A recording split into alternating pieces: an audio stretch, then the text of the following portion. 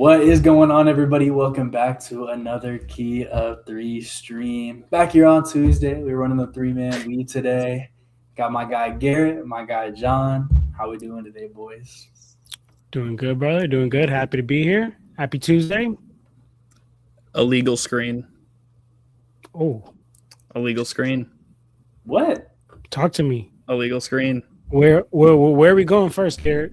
Illegal screen. We have illegal. You guys didn't see that yesterday after the Celtics Pacers game. They interviewed Joe Masula and they said what happened after that. And he's just like illegal screen for like a minute straight, like every question. Hey, bro, if one guy knows about the post-game press conferences this year, it's you, bro. I know you got that quote word on lock. We definitely need to hear some quotes later in this stream, man. We aren't allowed to get off here until you share a gem, but we can hit that later because we got one idea that's just kind of gonna take us through this stream today. This was Garrett's idea, so props to him. But as you can see by the title, this is the spicy NBA wraparound at the halfway point of the season, and so if you can tell by spicy, we got some hot takes today. So Garrett, since you came up with this idea, I feel like you have something that you need to say, and I need you to say it. Is that fair? Or is that what it is? Yeah. All right. Since we're on the topic, I'm gonna go ahead and say it. I've said it actually already in the group chat to you guys, but I'm just gonna say it out loud. I think the New York Knicks are gonna win it all. Wow. Yep. They're going to win the championship. And that pains me as a avid Knicks detester, hater, whatever you want to say. But, I mean, yes, whatever. They won the in-season tournament. They've been playing a little bit rough ever since. But I just think looking at this team, they've had Josh Hart out for a little bit. You know, Tyler Kolek, yeah, he could be a defensive liability, some could say at times. And maybe you could argue Jalen Brunson to a degree as well. But I just feel like the supporting players around there, they got guys who are going to go for the rebound between Josh Hart and Mitchell Robinson and OG Anunoby, Mikal Bridges, guys who know what it takes, whether they've been in the playoffs multiple years or they've won a championship or they've been to the finals. And I think that as a collective, putting it all together, this is their year. I'm looking at, you could say the Thunder should still be the favorite, and that's definitely fair. But I'm also looking at the Thunder, first of all, they have not matched up well with the Spurs. And that's probably a team that they're going to face. Now, the Spurs, on the other hand, didn't match up well with the Knicks.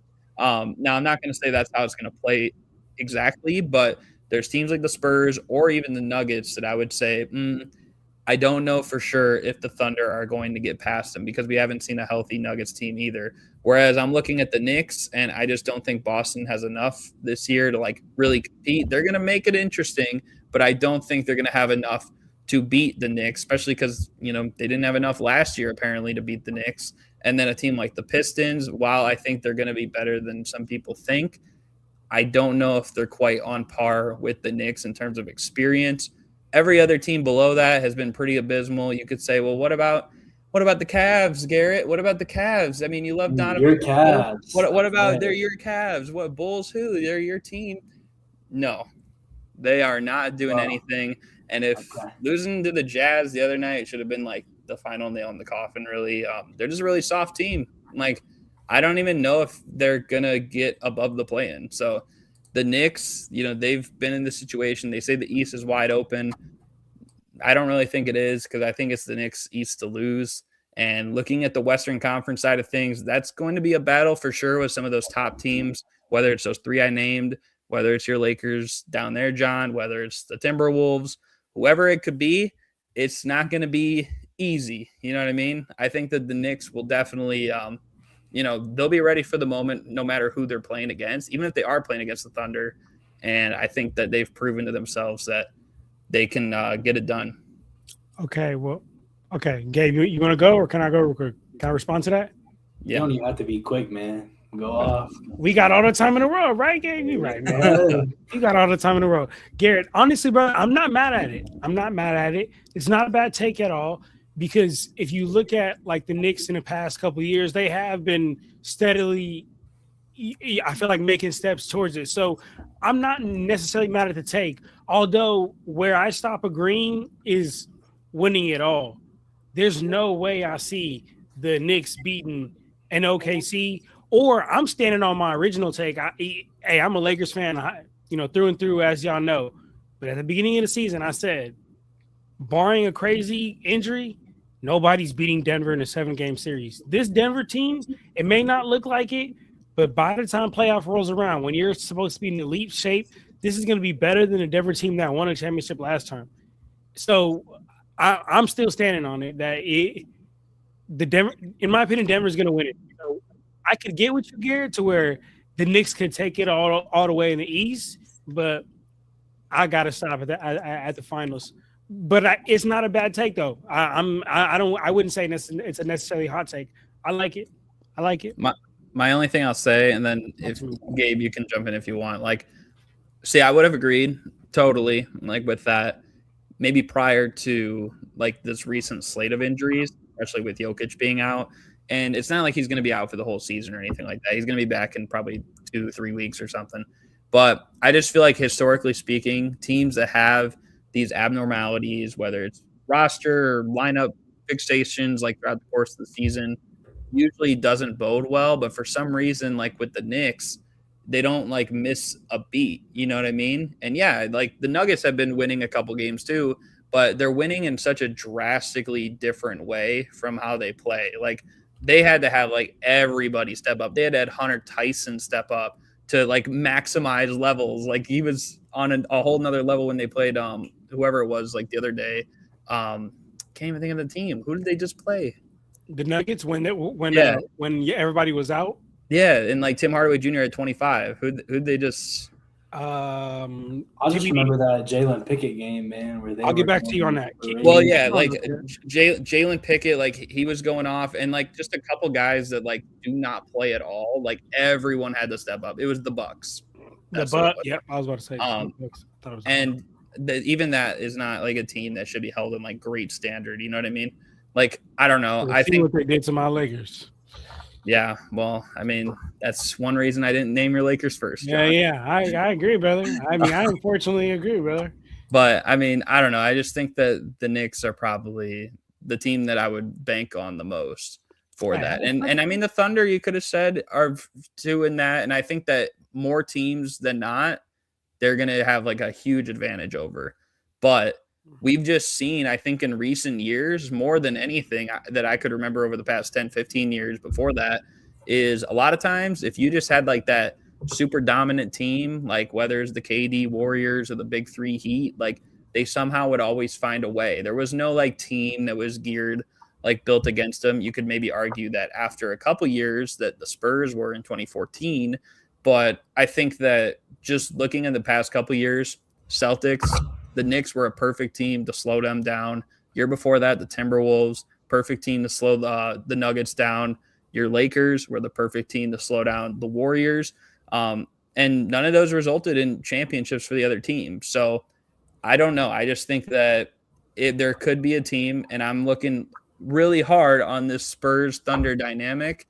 And maybe it is the Nuggets getting revenge. I don't know, but that's just like catching my eye the most right now. So that's why I feel like it's going to be the Knicks. Hey, I feel you, brother. And one thing I will say, and then Gabe, you can go if you want, brother, is that when New York basketball is lit, basketball is lit. So, hey, as long as it don't be my Lakers. Let me preface too. I don't want it, but this is just what I'm expecting because. Trust me, no one wants to see Jay running down the streets of New York with a shirt off and waving it around and trying to find his way. Everybody wants to see that, man. Nobody wants to see that. Everybody wants to see it. I mean, I don't know if the cops want to see it. They'll probably arrest. Oh, hey, man. Bing bong. I've had a couple of changes of heart. In the parade. I've had a change of heart since the last time I was on here, man. I have some differing thoughts. I think I'm still pretty high on the Knicks to come out of the East, but I do have a fair bit of concerns, and it has made me a bit more lapsed on their chances overall. I do have some pretty significant concerns with this defense, like from the perspective of looking at like Jalen Brunson, small guard, can occasionally hold his own there, some one-on-one, but overall not a good defender. Tyler Kolek's increased minutes, not a great defender. And then their big situation, like it can just be so hot or cold with, Cat with the bad fouls, the bad defense, and kind of some inconsistent offense here and there. And then, Mitchell Robinson, when they just play, hack a Rob, but then he has to get off the floor. It's like there's just some things with this team where I'm like, can I see that being consistent? And with their defense being, below average this year, just overall, like it makes it a little bit like it would take a lot. Like I think they're still a real contender, and I think every team in the East has pretty significant weaknesses. So it's really just at that point picking your poison. But I don't know, when it comes to like going against a Western Conference team in the finals, anything can happen. I always say if you get to the finals, you only got to win 4 games. So you never know. Like nobody gave Indy a chance against Oklahoma City, and it, went to 7. So anything could happen, but I think there's some real concerns here, man. I think some of this should not be completely overlooked, especially that defense. I don't know how many teams have really gotten the job all the way done with a below league average defense. I still trust that Tyler Kolek, Huck Porty duo off the bench.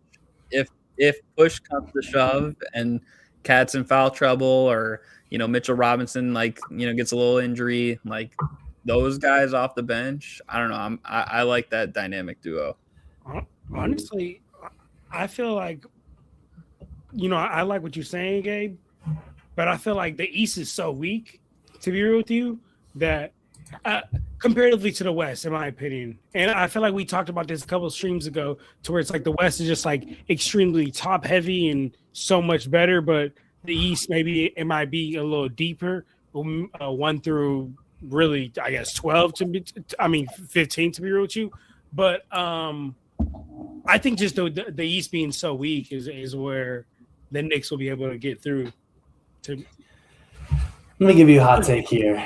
Let me give you a hot take here, because Give it to me. I have a different team that I think will win the Eastern Conference. And I'm not saying they're going to win the finals, but I have a different team in mind. And I know you're gonna say, but I'm gonna let you say it, obviously. who am I going to say, Garrett? Do you want me to say it, or? Yeah, say it.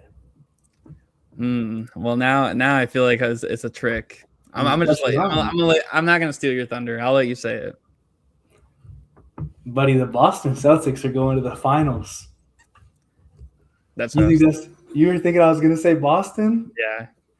I know. John is cringing over there as a Lakers fan, man. He's in hell with that. I hope not, man. Man, when they passed us up, I'm sick that day. Hey, what's up, man? Happy to have you keep Mr. in chat. Let us know who's winning the East. But listen, man, talking about the Boston Celtics, this team is one of the best offenses in the league still. No Tatum, no problem finding a way to get it done. The depth, very uncertain, but they've had some promise so far. Jordan Walsh, Jas Minot, a lot of different guys that are coming from, not really being in their rotation, not even on their team last year, to really giving them some quality minutes. So it's kind of seeing what you have. And then Tatum's coming back. I hate to say it, because, at the end of the day, it does come down to what a medical professional says. If they say you're 100%, you're ready to go. But the way he's been working at it, and I know I've seen some stuff come out where, like, because he got it repaired so quickly, it might speed up the timeline. If they say that he's cleared, he is coming back. He's not going to take it light. And this team is already so good without him even there. And I feel like he's a player who, even if he's kind of ramping up, he can still just play within the flow of the offense. We know he's a guy who shoots a lot of threes. He can come in and play some Mazzulla ball, and even if they still defer to Jaylen Brown as the one option while he's ramping back up, he fits in seamlessly. He's still a good defender, even if he's going to take a little bit of a step back coming off the injury. So, the take that we're in the finals, the takes that they're coming out of the East. Mm-hmm. I don't think they beat OKC either. But we're talking about the Eastern Conference here. And I'm telling you, this offense is still – they're average. And Tatum's a good defender. And the biggest thing against this take, I'll say, is one, the big play, which I understand. However, I just gave you my concerns with the Knicks bigs. If they play a team like the Cavs, got concerns with their big situation, especially in a playoff atmosphere. And I think really across this conference, honestly, the biggest problem they might have right now with a big is Joel Embiid. And who knows how he's going to be in the playoffs. He looks damn good right now. But, I mean, he's always a wild card come that time of year. So I think as far as what to have as a weakness in the East, that is passable. Now, once you face any of these Western Conference teams, Houston, Denver, San Antonio, OKC, yeah, if your big play is not great, you're going down. But as far as in the Eastern Conference, I think they'll be okay. The other thing is, yes, I know there's usually a bit of an adjustment when you bring a star player back in. You can see what OKC is doing right now since they brought in J-Dub and have been pretty significantly worse. However, this core has been together for a long time, and Missoula ball is Missoula ball. Like, they play that style, and I don't think it's going to dramatically shift the way that they run the flow of this offense with him back, especially in a situation where he's still ramping up. But I think as how they're playing now, they're coming out of this conference. You think back? That's crazy, Garrett. But no, you think, Gabe, that inserting Jason Tatum, who's likely going to take the most shots on the team, there's going to be no change or drop off or anything? Who said he's going to take the most shots? I don't think he will this year. I think Jaylen Brown will clearly be their one option throughout the end of this playoff run. Okay, let's say Jason Tatum is not taking the most shots. Jason Tatum, we know what Jason Tatum does on the court, right? Like, he's not out there to block shots, although be it he can do that. We know what he's out there to do. Put the ball in the basket, Shoot right? threes. Okay. Yep. Okay. Hold on. I'm just asking. I just want to know because I think, in my opinion, I agree with a lot of what you said, but I just feel like inserting Jason Tatum, a player like that who at his best is taking volume shots, has the ball in his hands, is taking a lot of shots, that has to, in some way, somehow, just like how we saw with OKC, have some type of adjustment period, or and then it becomes to how great Joe Mazzulla and the rest of the team is to figure out how long that adjustment period is, and like to your point, OKC real kind of dropping off, bringing in J-Dub. So I just can't agree with that part of your take. I think that there will be a drop off and there will be an adjustment period, I guess. John, let me ask you. Wait, hold up. Okay. Let me respond to that since it was at my take. But for me, this is why I think Tatum is a little bit more easier of an integration. Is you look at Dub and he still has a lot of kinks in his offensive game. Like, sometimes it's not clean. Sometimes he's very inefficient out there. The playmaking is, sometimes it looks good, but still very much working up to that peak offensively and building that skill set. I think Tatum's just so fluid as a 3-level scorer that he can come in and play within that flow while he is ramping up and still find a way to be effective in that. I think right now with OKC, their offense was already a bit of a struggle even before, they got him back. They were very Shea reliant. So they've just put the ball in his hands a lot and said, hey, go to work. And he wasn't ready for that yet. I don't know if he came back too early or if it's just taking longer to ramp up or just already kind of the offensive struggles that he has sometimes. But I think that Tatum is just so smooth of a scorer, and this team's more established with, their lead ball handlers, shooting in a system that I feel like it's easier to bring him in and find success. Like a seamless fit. Yes. Yeah. Hey, I respect it. I'm just trying to see it from from my perspective and trying to see what you think as well from that. But Garrett, what were you gonna say, brother? Well, I mean, I guess I was going to ask a question. I could kind of just say it though. But I mean, yeah, every team's definitely going to have something like that grace period, as you said. It would depend on when he came back though, because you probably even know with LeBron being out, for instance, and he was out for a month plus, to start the year. And those first couple weeks weren't pretty. People were saying oh, he's not the same. And then obviously the last couple weeks, his numbers have been kind of last year form, I would say. So kind of getting back into that groove of things. But how long was like that period? Probably like maybe 3-4 weeks, probably. That adjustment period. Are you asking me, or are you? I mean, for the sake of for him. I would probably say it probably took him another month after he started like playing to really ramp up, and I don't even think he's fully ramped up in my opinion, to be honest with you. I wouldn't even say. I say he's still ramping up. To be real with you, he's had some good games. He's had some good games, and I don't know if y'all watch every Lakers game. He's had some good games, and Garrett, I don't want to steer off track, but he has also had some absolute like, I'm not even trying. And you can't look at it with the numbers. Like you got to be like, I'm not even getting back type stuff. Yeah, again, I mean, it's not a perfect comparison either, because as soon as he really came in, like Austin Reeves goes out, and so it's like you're adding a guy who's giving you 20 plus, you're losing a guy who's giving you 20 plus as well. So it's like, I understand what you're saying though. From that standpoint, it's like you add a guy who plays differently, and he's going to give you the same scoring output. But my thing is, like, you add a guy like Tatum into the mix, like, he's not going to be asked to maybe do a whole lot from the start. He might even come off the bench for some games early on. But I think that, eventually, if he even gets back like late March and the playoffs start like middle April, that's about a month or so right there that he can have like to ramp up. And then I honestly think that even if it's like the first round of the playoffs, like that's probably about a 2.5 week period.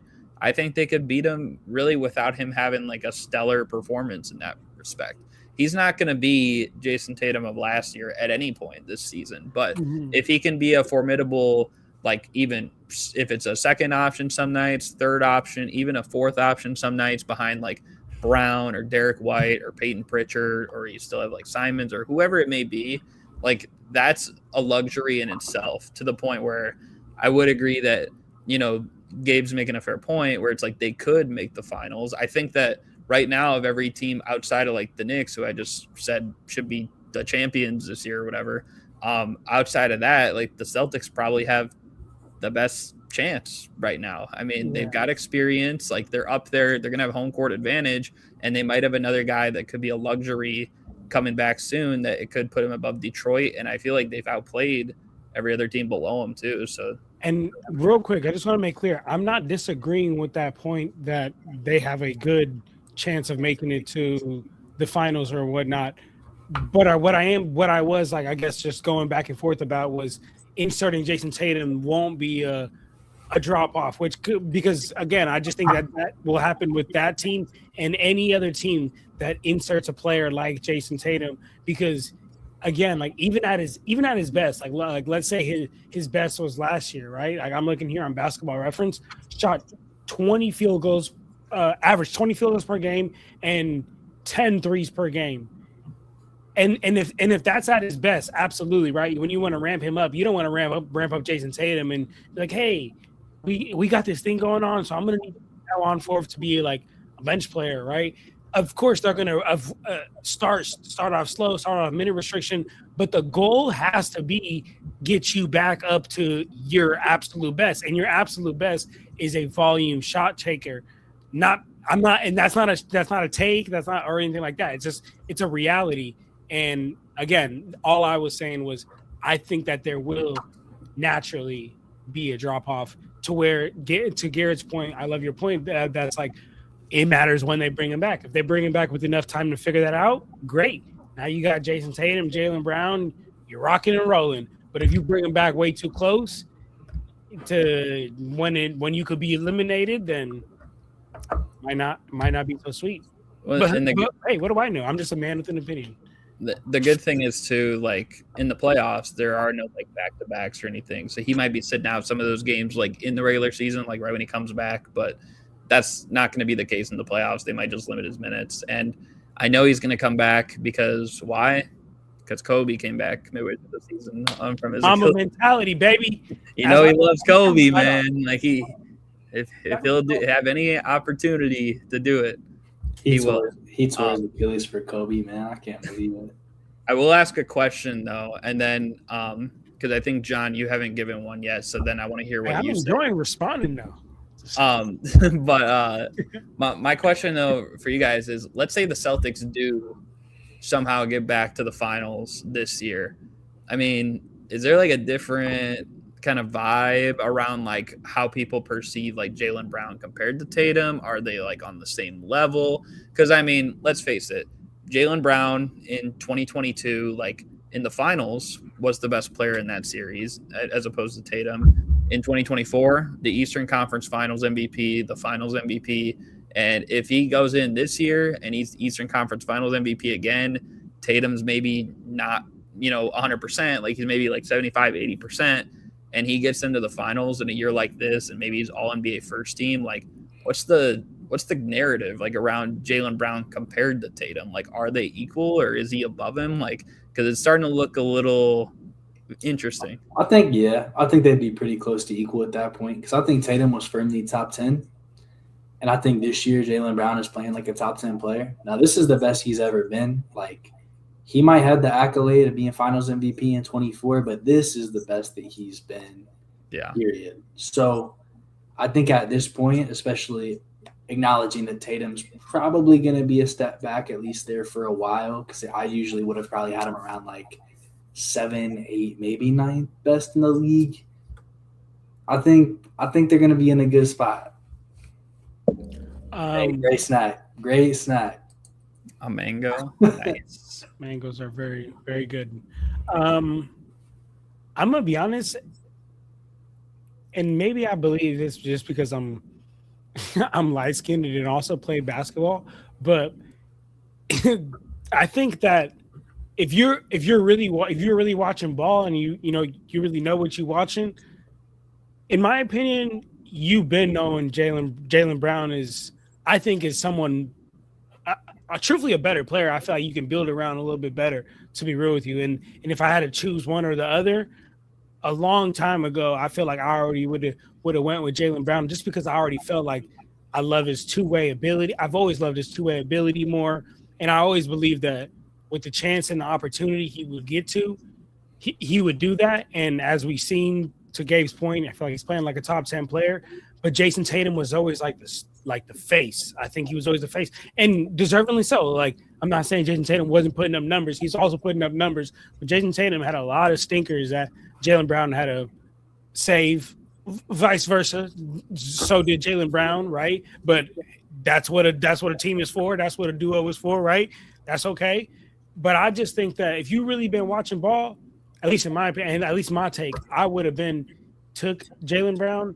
But I don't think that he can ever be the face of that team, because to the casual, and I'm not trying to like diss on nobody, but like if you're not really watching as much or really, really into it, I feel like you're always going to just know Celtics Tatum right now for right now. Like that's what you correlate. You don't always correlate. And maybe I'm wrong, but I feel like from the consensus I get from everybody is like, if you don't really know basketball, like, like Curry, Warriors, like Celtics Tatum, but it's really Celtics Brown. But I don't think he can ever escape that aura. I think he actually would have to go to like make that like stamper like him. But but if you really watch the ball, he's him.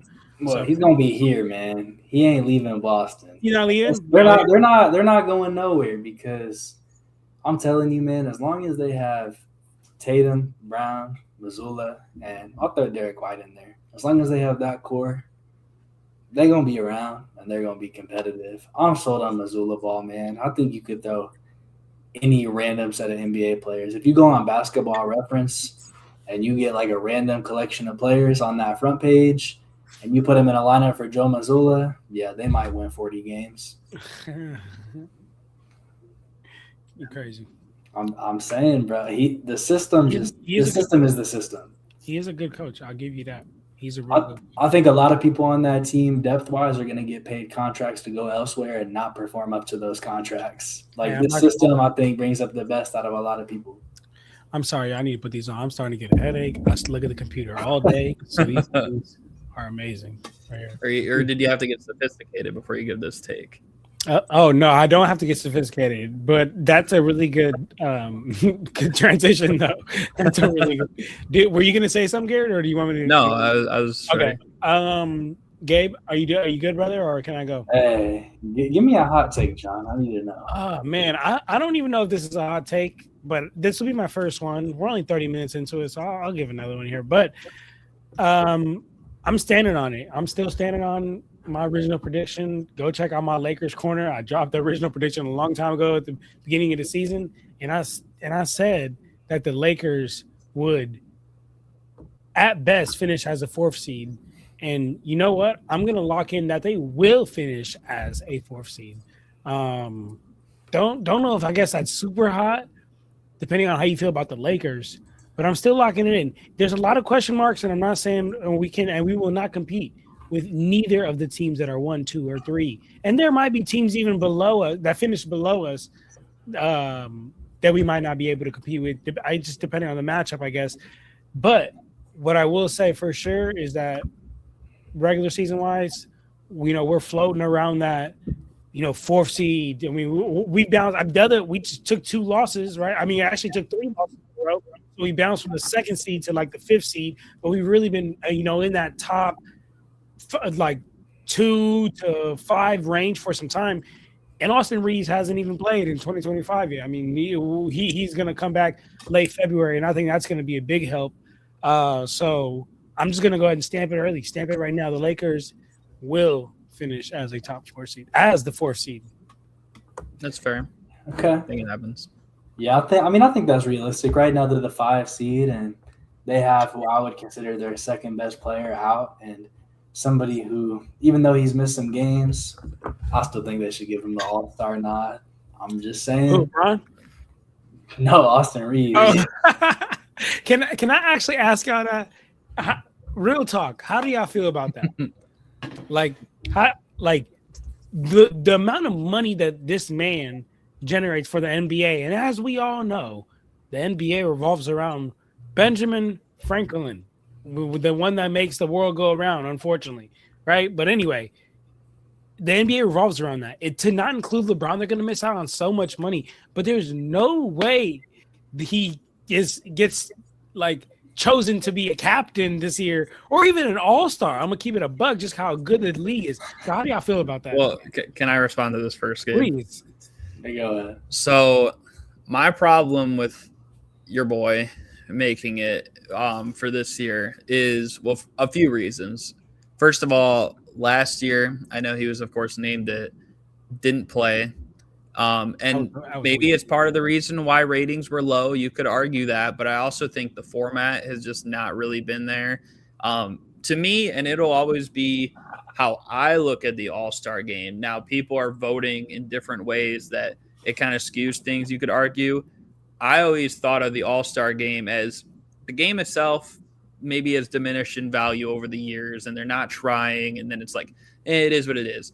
But people still get those like acknowledgments for making the All-Star team. You know what I mean?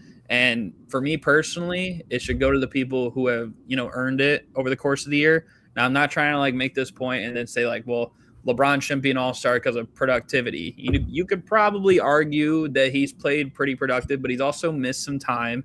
You know what I mean? Like he could still be somewhere in the nominations for making it like one way or another. But I just think that there's other guys too, like that maybe are lower in the standings, like Denny Avdia, who in my opinion should definitely make it this year, the way that he's played for Portland. Maybe a guy like Lauri Markkanen, and I mean, these are a couple of guys who have only made it like one time or no time. One time for Markkanen, none for Denny Avdia. Like for some people, this could be like their only chance. For a guy like LeBron, it's like, yeah, he's already made so many of them, and then just for him to probably sit out of the game or not even play, and like what's the point? You know what I mean? Yeah. It's not like he's chasing anything either. Like when it comes to that point, so no, I agree. I would even say too, like I mean, I know Gabe, you've been a little critical of him in recent years, but dude, the way Kawhi's been playing recently, like he has to make the All-Star game, in my opinion. Like that's just like, I know the Clippers have not been great, but like, dude, he's played like the best player in the league the last month. I got to take on them. Yeah, but that's just my perspective on it. I don't think that, it should be a thing where you reward it based on like what your name is or your notoriety. It should just be like, who are the 12 most productive players in the game, and it's hard to take it away from the name value and the face value, because it's like, you know, you can't just look at the stats either, because if you're just looking at the stats, then you're not actually watching the games, as you say. But if everyone was like a silhouette, you know, like, you know, just like a bunch of like black stick men like walking around the court, and then you were just watching them play, and you're like, oh, well, that guy's, you know, playing this way, that way. This guy's played this many games, and he doesn't make it. Have, like, the number. He like, doesn't make it. He probably doesn't make it. He doesn't make it. Like, and that's why I wanted to get y'all take, because like, there's just no way I think he makes it. And every single year since we've been alive, Gabe, I know you, like, I guess more been watching hoop a little bit more recently. Since you've been watching basketball, probably you've seen LeBron be like the captain of that, right? Like, he's the one on ESPN choosing shit. Like, so that's what I'm saying. Like, I want to see what happens. I really do. LeBron's been an all-star since I was in diapers, by the way. Come on. I just thought you should know. But like, that's really how long it's been. Like, that's what I'm saying. So I want to see what happens this year. I really do. I will say I was out of diapers. I was out as well. Gabe was all right. I think Garrett, how old are you? Hey, come on, we're not dropping that on the stream. All right. Garrett's a light. He's a light 32. Hey, come on, chill. Don't tell people. I'm like LeBron, man. I'm in year 23 right now. Come on, Rockstar, young guy. Okay, go ahead. Talk to me, Gabe. How do you feel about that? If you have anything to say. LeBron gonna be in the All-Star game. I don't even know if he'll play, but LeBron, he'll be named the All-Star. I don't know how it's gonna happen. It might end up being like when they did like I think it was D Wade and Dirk that last year. I don't even want to think about that year, because that year they ruined Derrick Rose. Because that season they just were like, dang, we really gotta honor these guys, man. That's LeBron. Like, they're gonna find a way, and they just put that jersey patch. No, they just dropped that jersey patch where it said year 23. I think LeBron's done. I think after this year, Gabe, one thing I'll tell you. Look, I feel like I'm very fair. Like, when I think LeBron James is the greatest player of all time, and I'll stand on that, and I'll give you a gang of reasons. I'll write a paragraph as to why I believe that, but with stats and everything. But I also am very fair, right? Like, I also like criticize LeBron when he needs to be criticized, and not. I just feel like I'm a realist, right? But one thing I will say is I know one thing about LeBron is he wants a show, he wants attention. He will let the universe know. I think, to be honest with you, LeBron James is going to play like this year and maybe like 1 more year, dragging on. Unfortunately, as a Lakers fan, it'd be great to see him go at the end of this year, but I don't think that's going to happen. But whatever. He's going to Cleveland. I think he does something like that and says, but he's going to let it know, like, hey, this next season is going to be my last season. So the whole world starts preparing this, retirement tour. And honestly, look, man, LeBron James loves attention, but he deserves it, I guess. Like, he did for his basketball playing style. And not to be a LeBron enthusiast right now, you could argue this man has the greatest success story like ever. I'm gonna be honest with you, like from rags to riches, as far as just like keeping yourself aligned, not getting not putting all your homies on, just like doing everything. So that's all. I veered off track. From Ohio, John, stand on it. That's the Ohio guy. You see that degree back there, man? Ohio. Come on, man. Yeah, I got a scenario where we'll all win, because LeBron can go back home to Cleveland, play his last year. They trade him in a package centered around Donovan Mitchell, but you're like, wait, the Lakers got Austin Reeves. The Pistons wanted Austin Reeves on draft night. You trade him for Jalen Duren. Now you got Luka, Donovan Mitchell, and Jalen Duren in LA. Okay. That's the most Lakers fan page trade. I would go for Jalen Duren. Come on. I've never said that I hate the Lakers franchise. I might hate on the team. Jalen Duren's untouchable. Hey man, not Austin Reeves. Austin Reeves is building that value. Come on. They wanted him.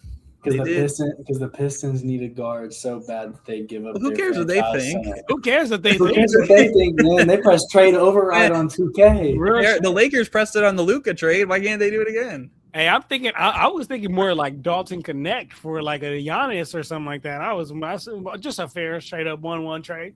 Hey, as long as my Raptors aren't in these trade talks, bro, because they want to put Y'all like hooping. because Oh, they yeah, I wanted to forgot. put the We got, Raptors in the trade talks for Trae Young and AD. I don't want either of them. I Do forgot not we put got them on a my we got a team. deal for Scotty Barnes for Patrick Williams coming your way too. Man, Patrick Williams let me down so much, bro. Fourth overall pick. I'm sure, How did he let you down? You Bro. didn't know he was bad. no, bro. I'm not even saying that. Like, if you look at him, just like intangible wise, like the man's literally built like Kawhi Leonard. He just doesn't hoop like Kawhi Leonard. That's why he let me No, down. he sucks.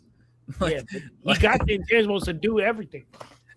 Hey, blow my nose. It's funny because you know how he has like that little like patch on his hair, like for like orange patch or whatever. And Leaf a patch. yeah, and like my dad said like, oh, it's like he's got a little like skunk spot or something because he stinks. Pops water, man. Tell Pops to chill, man. Chill, Pops. Hey man, anyone can bash Patrick Williams anytime, anywhere. Yeah, hell. All right. I Sorry, got another take for y'all. Okay. This one may draw some eyebrows. We'll see. But Mine are based drawn on- already. No, I'm just ba- kidding. I'm not drawing these on. based on what I've seen in recent days, recent weeks, the last month, Okay. the Clippers are making the playoffs. As a what? As a top 60 or a play in or what? They might come to the play-in, but the Clippers will play a 7-game series this year. But guess what? What? It won't change their identity of who they are at all. What's their identity right now? Little bro. Their identity is waiting till times get tough, and then it's like, oh well, now we have no other choice but to turn it around. Oh, they're the Ty Bengals? Lue is the worst coach you can count on. I'm serious. It will not change. This team is going to get to the playoffs, and what's going to happen? They're going to let a team just steamroll right on over them and think, oh, yeah, we got a chance to turn it up. And that Kawhi injury kicks in, and then, oh, here we go again, another season. The next season, Kawhi's not going to be healthy to start the year, and he's going to run hard into the ground, and the team's Who going to steamrolled the Clippers? Who's steamrolling the Clippers? Yeah, they went to 7 with Denver last year. Who steamrolled them when they got in? That was last year. They're not competing with OKC. They're not competing with the Spurs in the playoffs or the Nuggets or the Lakers. Right now they're playing better than OKC right now. But this is the regular season. That's all the Clippers have to show. I'm trolling now. They're not beating OKC. They don't even got a chance. But nor the Lakers. My thing is though too. It's like you could say maybe from now until the end of the season, the regular season, maybe the Clippers have like a top 2 or 3 record in the Western Conference. And you're like, okay, well, now I trust them next season to be like one of those top 4 or 5 teams. Wrong. It will not happen because next season they're going to start off bad again. They're going to start off like 7-15 or whatever. It happens every year under the Ty Lue system. But I'm telling you, this year, that after a disastrous start, being like 12 games under 500, they're making the playoffs. And you know who they're going to beat to do it? They're going to beat the Warriors. My beloved Stephen Curry is going to be going out. He is. And I'm not going to lie. The Clippers are going to win that playing game. Yeah. So wait, you think the Clippers are going to be what seed will they finish? Before the play-in or like what will they enter the playoffs? Like before the play-in.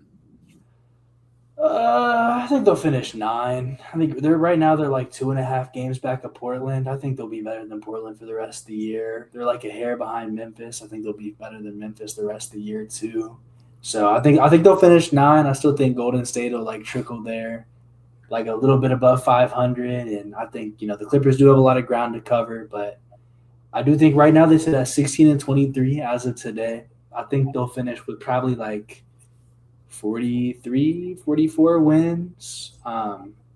Golden State will probably be at that same like 44, 45, and they'll play in that 8-9 game because I think if it started right now, I'd take Houston in 1 game over Golden State to get that 7 spot. So then I think the Clippers would beat Golden State to get that 8 seed. Well, This might be a hot take because just in my opinion with the West, I mean, this isn't a team that's going to be up there with that top 3, but I think Phoenix will end up top 6. I don't think they'll end up in a play-in scenario. I think they'll Is that probably high? be I mean, they're currently top I mean, 6. yeah, but I think they'll be even above. Like, I think they'll be above the Lakers. I think they'll be above the Timberwolves Oh, at the end of the year. Yes, they will.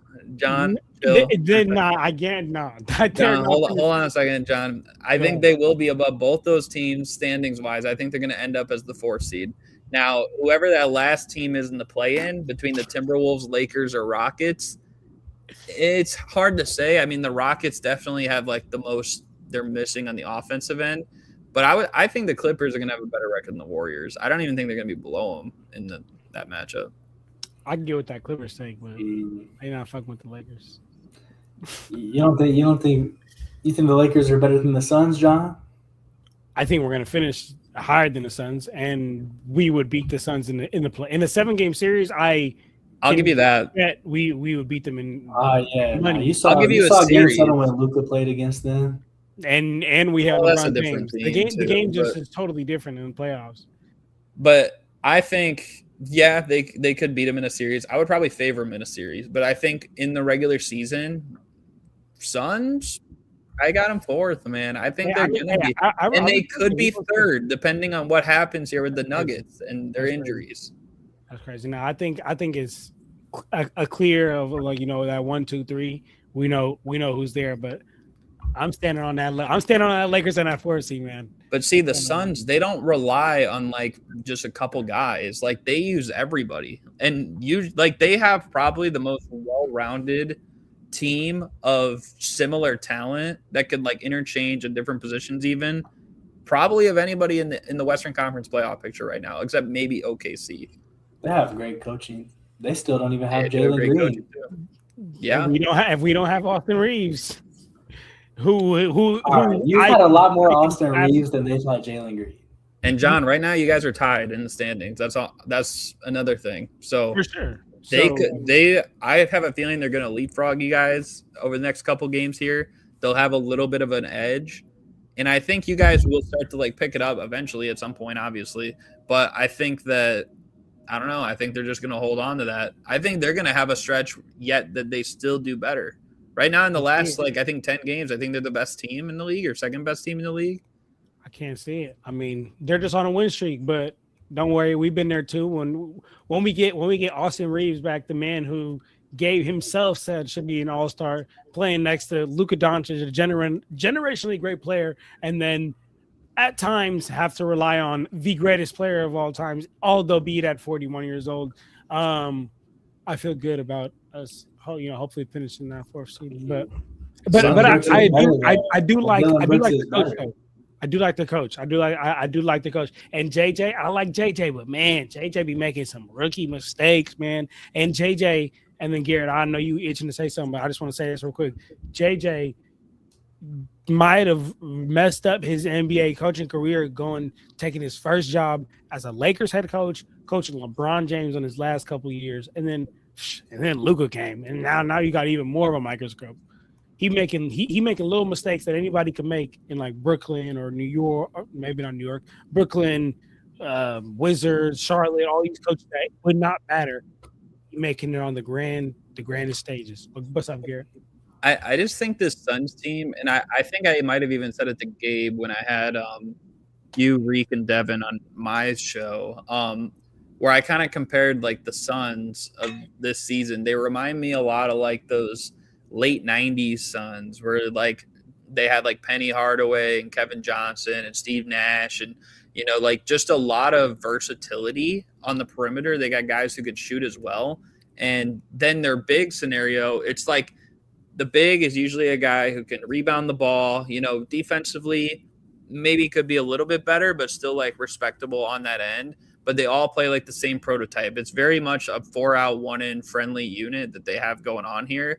And I'm looking at like between Devin Booker, who, by the way, I think last time I checked, he was ranked like 5th worst out of like people with eligible attempts in 3-point shooting this year. So that's kind of an anomaly in itself. I know he's not like not known as like a sharpshooter per se, and especially like more so the shots he creates off the dribble, but him being that low is a little bit abnormal. And then like Dylan Brooks is having a career year. I think that Grayson Allen and Colin Gillespie are like, a dynamic duo as well, like on that perimeter, guys who can come off screens and, be another shooting threat. And then Royce O'Neal is like, this is what I was saying, where it's like they got the perfect like group of guys that can fill in and play any position they want, because Royce O'Neal's played the 2 at times in his career. He's played the 3 at times in his career, and he's played a lot of 4, especially lately. Like, to have guys who can play like 3 positions like that, and they have about like 11 guys that they're like working throughout this rotation, that's a scary team to play. Like, whichever way you want to put it. And it's not like they have like no star, because they have Devin Booker. But yeah, that's why I think that they're going to manage to win games no matter really who's out there. Devin Booker missed time, and they still were winning games. They beat your team bad. I'm sure you remember that one, right? Yeah, but we also beat them too. So, I mean. Right, but that was without Devin Booker. You would think that this team has no chance. And people thought with Devin Booker, this team wasn't even a play-in team this year. You know what I mean? So, like, I think that they're just like a completely different team than what people thought before the year. I think they're going to finish top 6. I think they're going to be 4th, maybe 5th. I'll say maybe 5th about your Lakers, John, but I think that they will finish with a better record. We'll see. I mean, I respect it. I think they're better coached, but I think we are the better team overall, to be real with you. But hey, like, what do I always say, guys? Just a man with an opinion. I thought you were gonna say men lie, women lie, but numbers don't. Hey, I mean, the numbers are pretty even right now. We beat them 1 game, y'all beat us 1 game. We have the tiebreaker, I believe. That's why we are the 5th seed right now. Y'all and they're the 6th seed. But it's because you guys have played 2 less games, I think. So they have 1 more win and 1 more loss. So like win percentage are a little below, but you guys are really tied. Okay. Well, we'll see about it. Gabe, you have something to say or no? I mean, I got more takes if that's all on that. I'll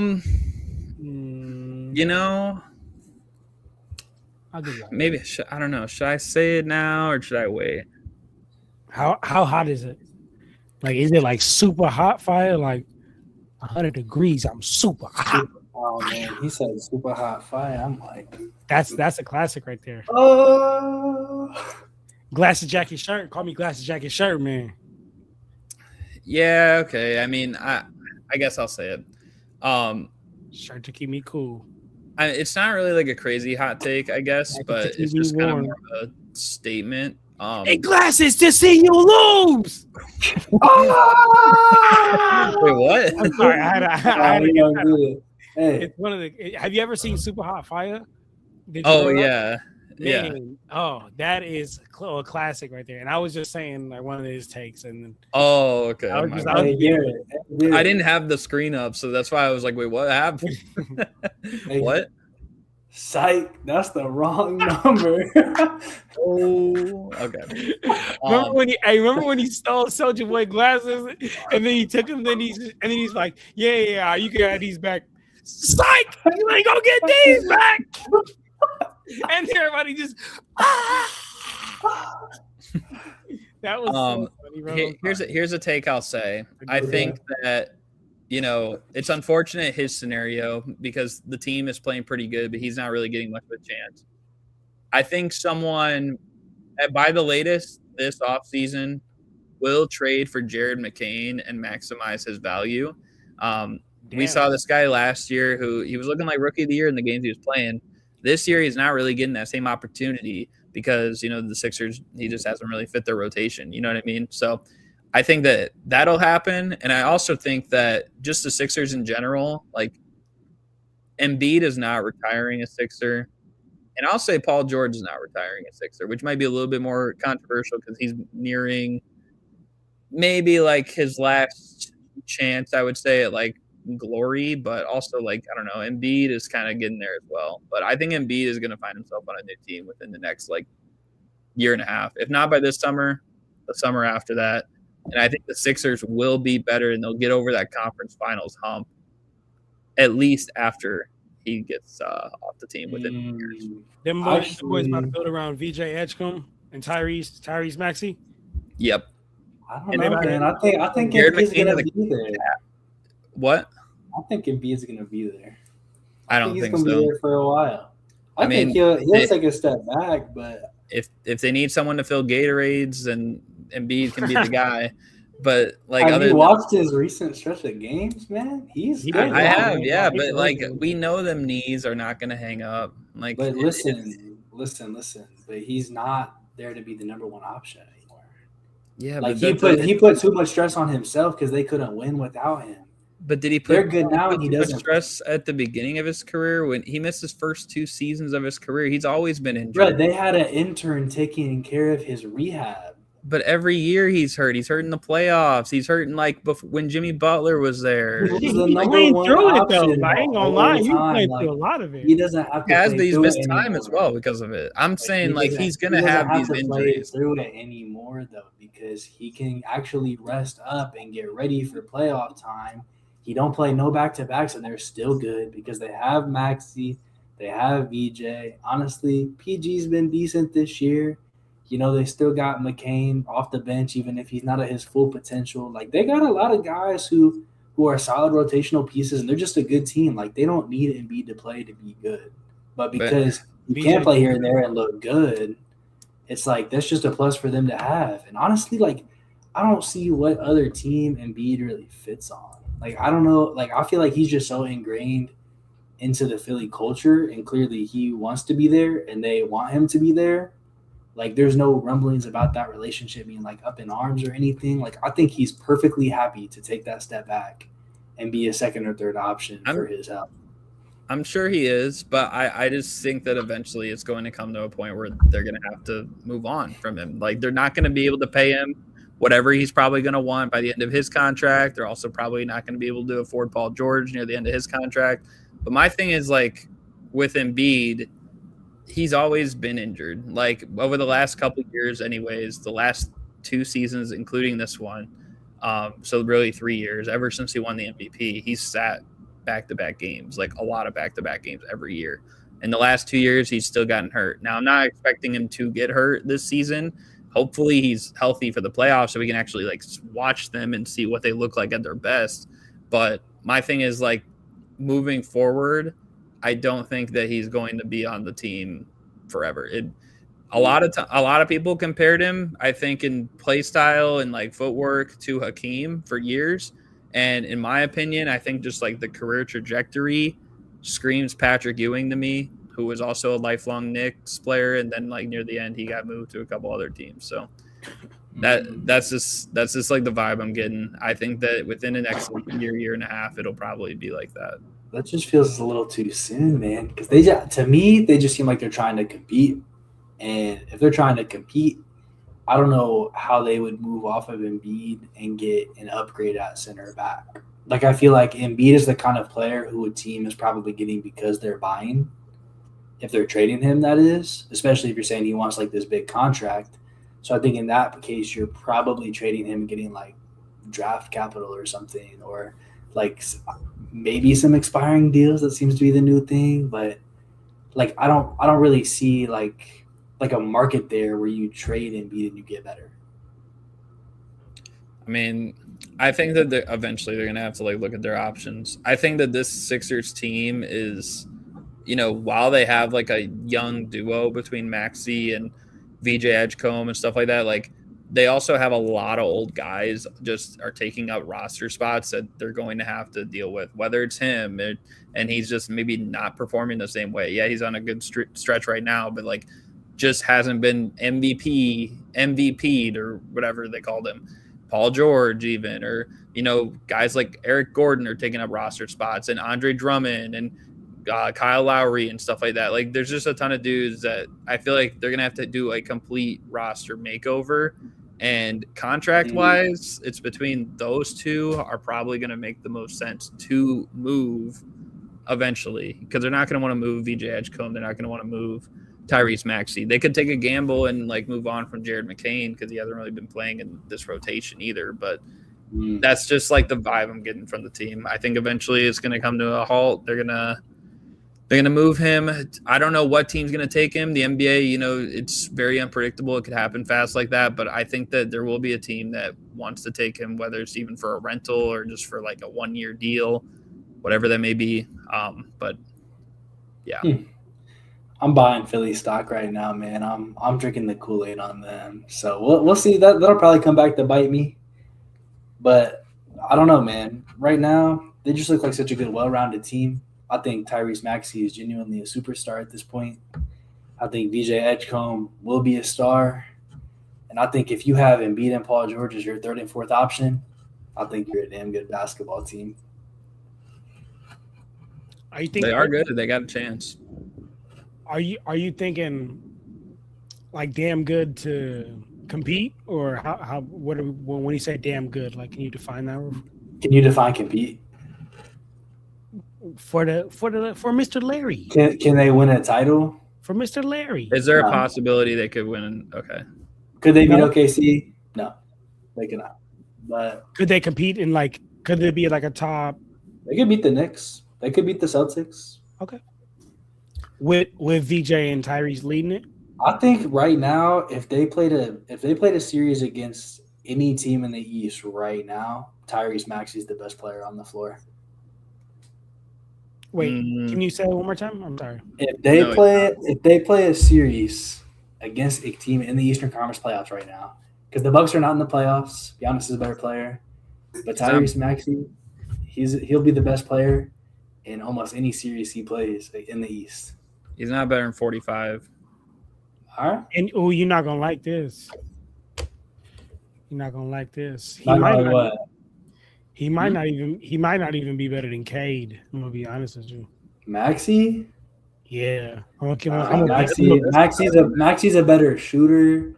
He's honestly a better scorer overall. I'll give Cade the passing, but you're not gonna like the I would take Cade personally. He's not better than Donovan Mitchell though. I understand why. Listen, I guess maybe Donovan Mitchell outplays him, but I just have no faith in the Cavs. But if they play the Knicks or the Celtics strictly based off this season, he's been better. He's been better than Brown has been impeccable this season. He's been really good. But Maxey, my goodness. I think he definitely is better than Brunson in the series. I think that Jaylen Brown could be, but I would lean maybe a little toward Maxey. I think the two, like I said, I think Mitchell is the one, considering Giannis is not really in the picture, and of course Tatum's injured and everything. But after that, I think Cade could be. Outside of that, I'll give you everybody else, just from a player standpoint. You know what I mean? Yeah. Come on, man. Cade doing all that and facilitating at a whole higher level. And can I just say and too, winning more. like not to glaze Donovan Mitchell any more than I do, but I mean, this has obviously been his best regular season, like statistically speaking, like just performance-wise, it's been his best season. Like, we know he elevates it in the playoffs, and if this team gets there, I mean, for one, they're probably not going to have a very long tenure in the playoffs, but I'm curious to see like how he actually performs. Like, if he usually steps his game up, like, dude, he might be averaging like 40. Like, I'm gonna be real. Like, yeah, he might average 40, but his team's gonna lose 90 to 110. Hey, we don't need to bring that part up, man. We know what's gonna happen with Evan Mobley and Jared Allen getting less rebounds than Yusuf Nurkic, who they did the other day. I don't know if you guys saw that. That was terrible. Mobley gonna average a triple single. He already does. I ain't gonna lie, Yusuf Nurkic be eating up them boards. Bro, I'm gonna keep it a buck with you. If you watch basketball, you know that though. Yusuf Nurkic is a monster. Y'all don't think so? Nah, he's on the boards. I don't think he is that impactful of a player. But no, I'm not saying he's an impactful player, but my take was he eats up rebounds. Like for example, like Enes Kanter, he was not an impactful player, but that guy ate up a whole bunch of rebounds, and he was a monster on the glass. I mean, that's one thing. Like, and I feel like you could be that, and I guess not necessarily impact the game. But anyway, I digressed. Yeah.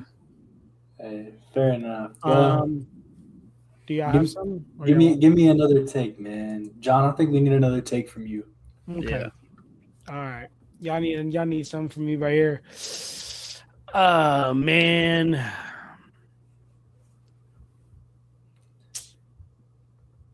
Who's the MVP right now, John? Oh, I was going. All right, I'll say that.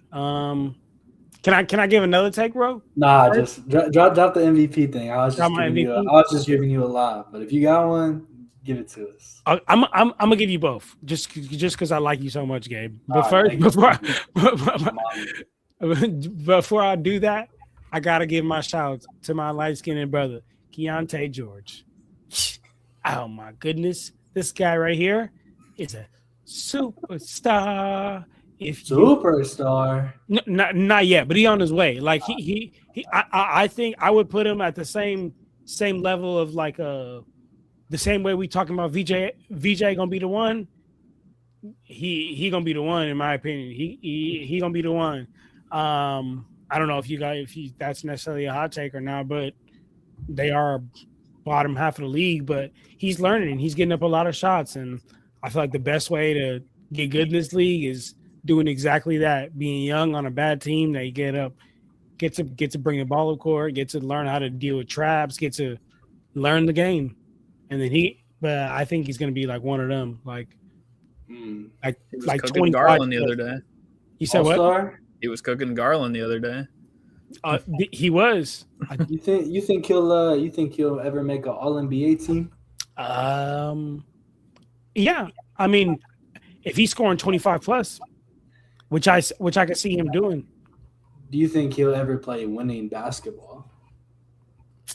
See, to win in today's NBA is much more than just one player. So it's tough because, like, is he going to be put in a winning situation? LeBron James is playing winning basketball his first go around with the Cavs, but they weren't putting him in a winning situation around him. Let me ask you this: will his peak exceed? I know they're different positions, but will his peak exceed Lauri Markkanen's? Oh, for sure. Really? For sure. In my opinion, for sure. 100%. Especially because he's going to be on ball, making decisions. Like, honestly, I would say, I don't know how much y'all like have been watching Keontae, but he reminds me, when I'm watching him, he reminds me of a young D Wade, but just got strapped. Like, he could just shoot because he can get down the hill, he could shoot, he can do a little bit of everything. I'm gonna be honest with you. I think the only thing he's got to just come into his body a little bit more. That's my biggest thing with Keontae. I think his efficiency, like, I mean, we'll have to see as the years go on. Like, usually small guards like that do have that superstar potential eventually find their way. But I'm just saying, because I know Markkanen is a guy who at his best averaging like 29 points per game, probably right now, like, is his best version of himself, almost on 50, 40, 90 splits, and defensively maybe not quite that guy and everything like that, but still, like, that's a pretty high bar. So, I mean, I'm just trying to think of, like, the guard comparison in value to, like, what he does. Like, I don't know. I don't know if he'll be on that level, but I think it's more so like a guy where I probably just need to see it to believe it. I didn't think that was Shea, to be honest. I said for the longest, I don't think Shea is going to be, but like an all-star, now he's the MVP. For sure. No, I mean, hey, I like it. Gabe, you have anything on that thing? I'll give you my MVP.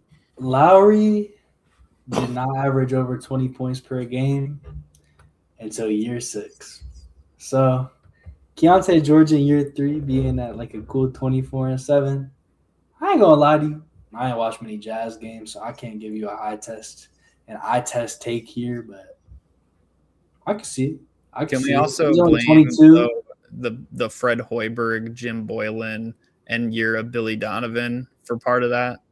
For Markkanen? I mean, you could. That was definitely a reason for that. I mean, just want to say, too, we just mentioned Patrick Williams earlier. Billy Donovan started Patrick Williams over Lauri Markkanen. And 2 years later, he was an all-star starter. Just want to say that. Shout out to the Bulls, man. I'm just saying, like, the situation of, not maybe getting that opportunity, especially when He was the guy who, before Konkanepo broke it this year, like Markkanen was the fastest guy to ever get to 100 threes made in the NBA. Like that's pretty impressive, especially when you think like Curry and like all those guys too. But I don't know. I just think that it's peak wise. Yeah. Like trajectory right now, it looks like he could maybe reach his best version of himself, or even like that year 5 or year 6 marking. And like you were saying, year 6 is when he was actually an all-star. Like he could reach that by next year maybe, but what's his peak going to actually be? Is he going to average like 30 points a game? Is he going to be like a top 15, top 10 player in the league? That's more so something I probably need to see more to believe it. Gabe, I'm gonna give you my MVP because like I said, you're just such my dog. I gotta give you my MVP. So Jokic, I feel like has been playing out of this absolute world, but if I'm not mistaken, he's going to be ineligible. Is that correct? Or it's not confirmed. It just depends on how long he's out. But he comes back sometime this month. He's still eligible because he didn't miss any games at all before he got hurt. So he'll probably have like 2 games to spare if he does. And they're expecting that he'll come back by the end of the month, probably by like that last game or so. Okay. So look, I'm a basketball enthusiast. I love watching basketball. So I can never disrespect the game, right? And the way I was watching Jokic play was like, wow. Like I've been watching Jokic for the last couple forever. I've been watching basketball longer than Jokic has been in the NBA. What I will say is I've never seen somebody play the way Jokic has been playing this year. Although be it, if he's not eligible, if he is, then I got Jokic. I'll say that. But although be it, if he's not, and you guys gonna think I'm a homer for this, but it has to go. I knew it. It has to go. I knew he was gonna say it. No, listen. We're talking about the man that's leading the league in scoring. And listen, y'all, there's times where. Look, guys, this is embarrassing to even say. I'm gonna be honest with you. This is embarrassing to even say, but I have to be real with you guys. Our last game against the Kings, coming into the fourth quarter, I do my. Hey, please check out my Lakers Corner 3-minute recaps. I do great for 3-minute recaps, and on there, I even have it right here. I still have it noted down. Coming into the fourth quarter, we had 83 points. Do you guys want to guess how many of the 83 points that Luka Doncic had of those 83? Didn't he have 40 or something? Well, he had fucking 40 of our 83 points. Granted, that is so embarrassing for our team, right? Like that's like, damn, like nobody deciding to help Luka. Even my dog LeBron letting everybody. I'm like, LeBron, he had like 22 points in the first half, then just like disappeared in the second half.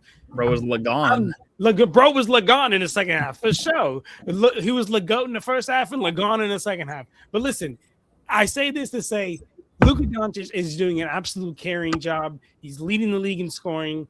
And if it wasn't for Luka Doncic, I legitimately think we'd be in the 16th seed. Now you're going to look at me and say, John, there's only 15 teams. I'm going to tell you exactly, bro.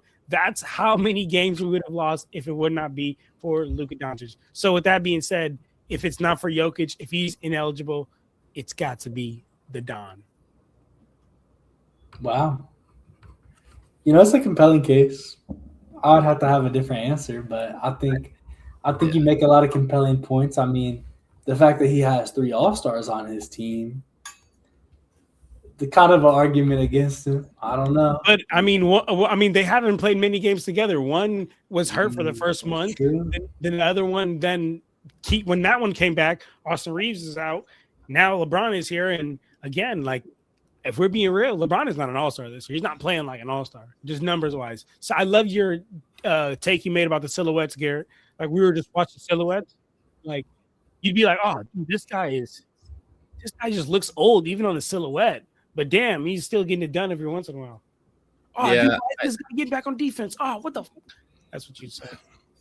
I mean, I would just say, I mean, of course, like Luka's leading the league right now in scoring and everything. And, what used to be an argument doesn't really come up, I feel like, as much anymore. It's just like maybe the situation with your teammates where it's like LeBron's missed already a month in the season and Austin Reeves probably going to be a month by the time it's like the end of when he's back. And who knows what happens the remaining 3 months of the season. But, I mean, that definitely matters. Although I do think that Jokic might have a bit of that for his case as well, because Aaron Gordon's missed time and Christian Brown's missed time. Pretty much every Denver Nugget except Jamal Murray has missed substantial time this year. But of course, if he's eligible, then yeah. But I don't totally hate it. I think that he's more warranted of the award than Shea. I think Shea would have had a little bit of an edge if the Thunder were, on pace to exceed what they were doing last year as a team. Right now, they're not on that par. And I think that was honestly part of the deciding factor that got him the award last year, because if the Thunder and the Nuggets had the same record last year, they were not going to give Shea the MVP. I think that the thing that tilted the tides there was their team record. And so you look at everybody else, like kind of in the NBA, like Shea, maybe. I mean, I think Tyrese Maxey could even be a contender for it. Of course, he's like third in the league in scoring, but I think the start of the year, first couple weeks, I said he was the MVP front runner. And I mean, he's kind of slowed down a little bit. I know he's missed some games. Their team is a little bit lower, so they need to get a little higher.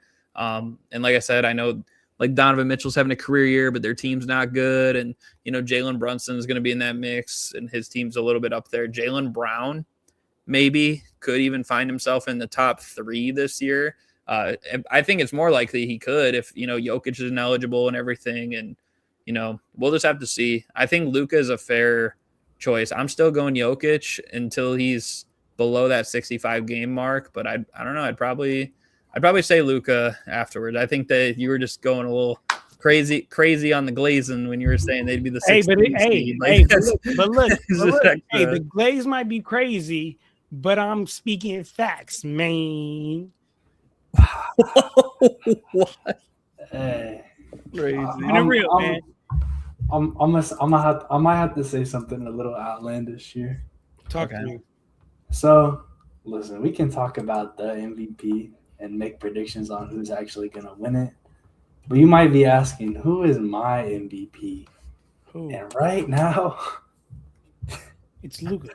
I sound crazy saying this. Jaylen Brown is my MVP of the league, bro. You don't sound crazy at all. It's literally, and I know it's kind of recency bias here. I get it. But he's played almost every game. And even if Jokic is like eligible, and you might say, hey, 66 games to Jokic is better than 80 games to Jaylen Brown. And I'll tell you, the Nuggets are still winning a lot of these games, man. So literally, and his stats are great. But when you're talking a 17-game difference, or whatever it might be, 14, 15, whatever games, with that difference, I think that it's like Jaylen Brown's just been so consistent. He's been statistically great. He plays well on both ends of the ball. The team's typical, best player, or their 1A at least, is out damn near the whole season. They're still a top 3 seed. So he has the narrative of Tatum being out. He's a clear number 1 option. The stats are there. The two-way ability is there. He could definitely get momentum because they're, a larger market, which that's more prediction than personal. But overall, man, what he's doing is so impressive. People thought this team was going to be like an 8 or 9 seed. They're going to have home court advantage going into the playoffs. It's insane. And honestly, Derek White started off the year pretty dang slow, and he was supposed to be like their clear second guy. The rest of this roster, as I mentioned, is just like it's really just a bunch of guys that they've been able to make work out. And like I said earlier, I think a lot of guys are going to get paid because they perform well on this team, and they're now going to live up to those contracts on their new teams. Because you could call Brown a product of the system, I guess, but I think he's really taken ownership of that, became that number 1 option. And it's honestly the most impressive, I think, out of what anybody is doing. Like, will some players have better stats? Yeah, Jokic might have better stats overall. But so does Luka. When you look at the supporting cast here and the players he has around him and what he's been able to do, ridiculous. And he's the best defender on the MVP ladder. Besides, he's not besides Luka. So you say he's the best defender on the MVP ladder? Not counting Wemby because he's probably not going to qualify. And Wemby and Luka. Yeah. JK. I mean- mean, look at defense. What are we talking about? I'm just kidding, brother. Yeah, I mean, like I said, I think he's definitely like in the running for it. I don't think if Jokic is above that 65 game rule, though, even if he plays 65 on the dot and Jaylen Brown doesn't miss another game this season, like I think Jokic definitely gets it. I would say Luka would definitely get it too if he does qualify, but I mean, also just don't see them giving the award to Jaylen Brown over Shea if it came down to that. If those three, for some reason, whether it's like Jokic plays under 65 or Luka plays under 65 or the Thunder go on like a losing spell and the Celtics narrow the gap a bit, then I could see your point from there. But I do think he'll be like probably top 5. And you know who else I think is probably going to end the season top 5? Kawhi Leonard. I don't think they'll be good enough. I think their seed will be too low. No, do not underestimate the claw. I'm telling you, this guy is going to have a 50, 40, 90 season by the end of it. He always tunes up in February, March from three-point land. Will he He's qualify? leading the league for yeah, he would. He hasn't missed that many. He hasn't missed that many games this year so far. How many games has he played so far? He's played 29 games. Played 29. They've played 39. He can miss like 39. 7 more games and be cool. Kawhi's only going to miss 7 more games. Yeah, he's playing back-to-backs now. He's activated Oh. like they're saying Terminator mode. Wow. Hey, it's He might get some buzz. I don't know, man. I just do you see him I like don't the know way if he's I shooting the wanna- ball right I don't- now? I don't He know. shoots in his wet ball. I get I get that Jokic is the best player in the league, and maybe I'm being too narrative driven here, but the fact that he is going down for this stretch and the team is still so good without him there, I think that does kind of hurt his MVP case a little bit, given the fact that he is going to be missing a lot more games than some of the other top contenders. So, Can I ask you a question real quick about that, Gabe?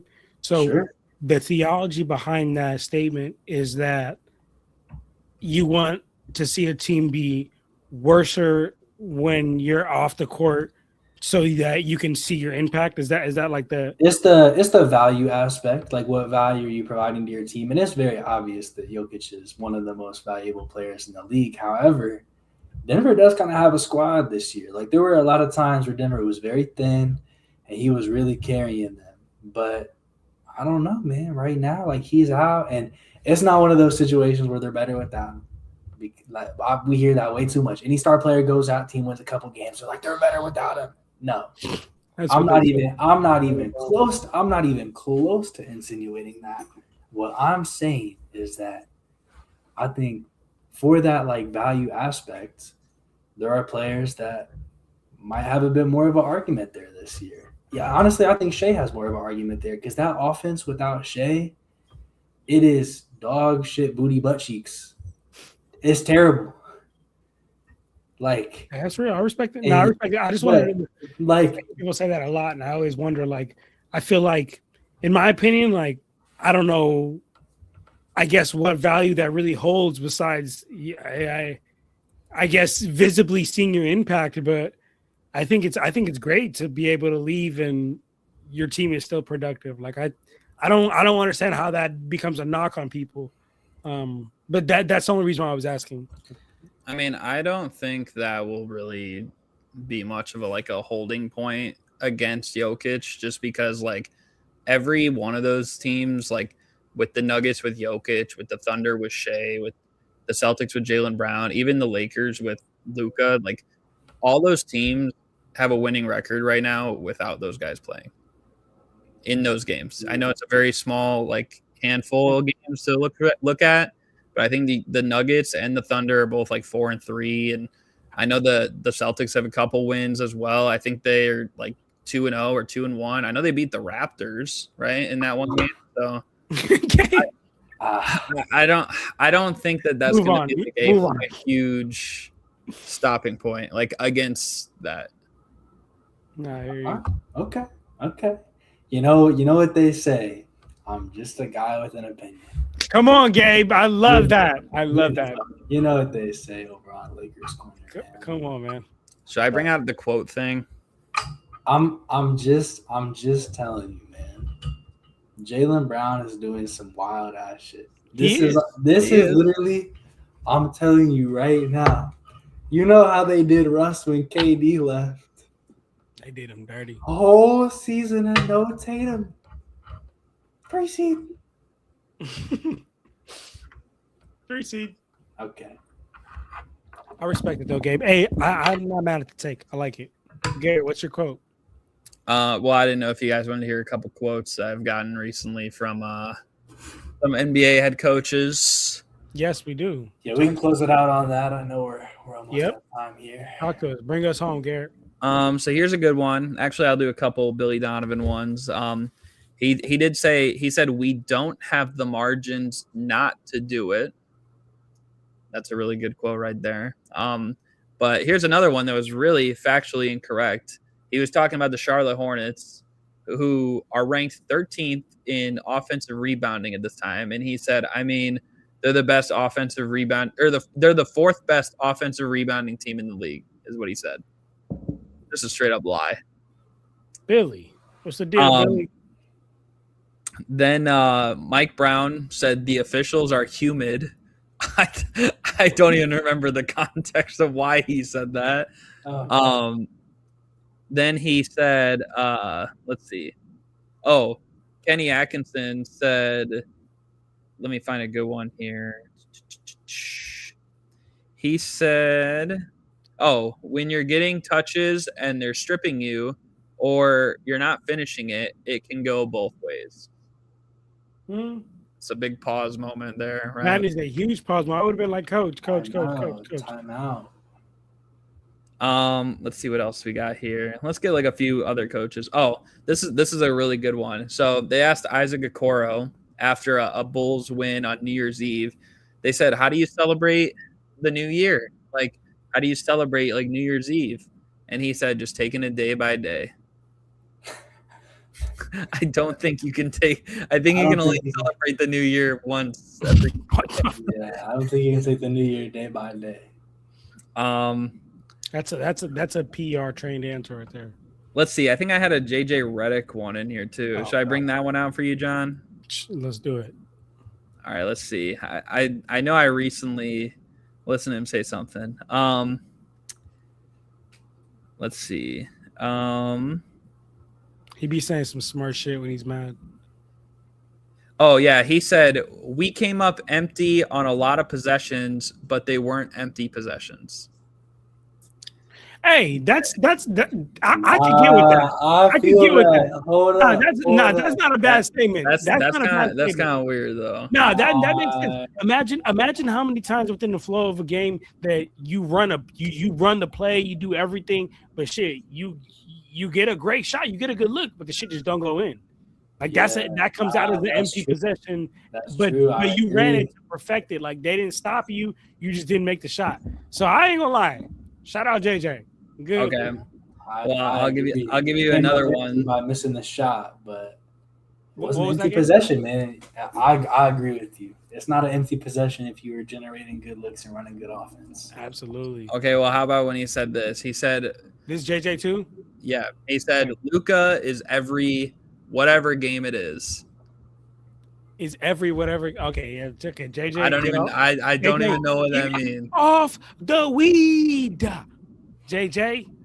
I'm just kidding. In my head. Hey, Stephen A. been going crazy, man. He is talking. Honestly, to be real, I feel like LeBron James literally buried Stephen A. Like I feel like he just became so irrelevant after that situation. In my opinion. You see his quote today?